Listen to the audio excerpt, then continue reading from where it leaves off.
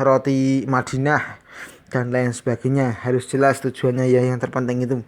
Dan yang selanjutnya, yang kedua tadi, yang pertama adalah rukun akad, yang kedua adalah syarat akad. Syarat itu adalah sebuah konsekuensi ataupun sebagai pendamping dari rukun tersebut, yaitu yang pertama adanya rukun pertama pada pihak yang menentukan syarat hukum, yaitu satu, ada tansir. Syaratnya adalah mumayyiz ataupun tamyiz. Tamyiz itu adalah orang yang sudah bisa membedakan mana yang baik dan mana yang buruk. Jadi kalau orang gila berakad itu boleh, tapi tidak sah.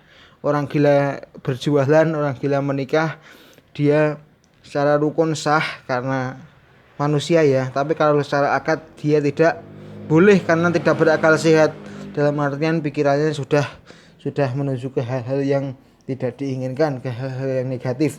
Dan yang selanjutnya adalah berbilang pihak.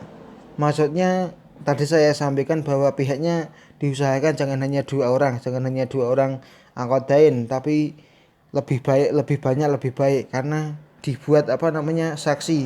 Kalau di Indonesia kan negara hukum kan semuanya harus pakai saksi. Kalau nggak pakai saksi kan tidak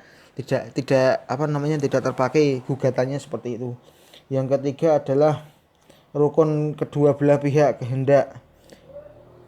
Ya seperti yang tadi. Ya kita lanjutkan. Mohon maaf tadi ada ada orang. Ya kita lanjutkan. Yang selanjutnya adalah syarat kedua adalah pernyataan kehendak para pihak membutuhkan syarat. Yang pertama adanya persesuaian ijab dan qabul atau kata sepakat. Jadinya ijab dan qabul harus sepakat. Tidak boleh salah satu di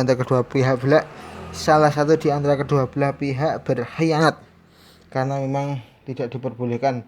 Jika terjadi hal tersebut maka akad tersebut akan batal. Yang selanjutnya adalah objek akad memenuhi syarat yang dapat disetarakan.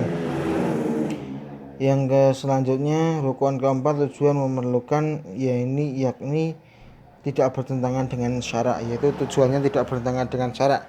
Contohnya jika bertentangan dengan syarak ya, contohnya kalau jual beli khamr atau jual beli alat-alat yang bisa membahayakan keselamatan jiwa, peso dijual kepada anak kecil terus kemudian buat membunuh seseorang, seperti yang terjadi beberapa tahun yang lalu di SMA TN yang ditikam ketika tidur, kemudian tutupi selimut dan sebagainya. Itu juga asal muasalnya adalah beliau ataupun sang pembunuh itu beli pisau di Antos Mall, kemudian digunakan, ditanya oleh petugas petugas sekolahan, petugas Taruna Nusantara, untuk apa? Untuk prakarya. Ternyata digunakan untuk membunuh temannya sendiri, seperti itu ya.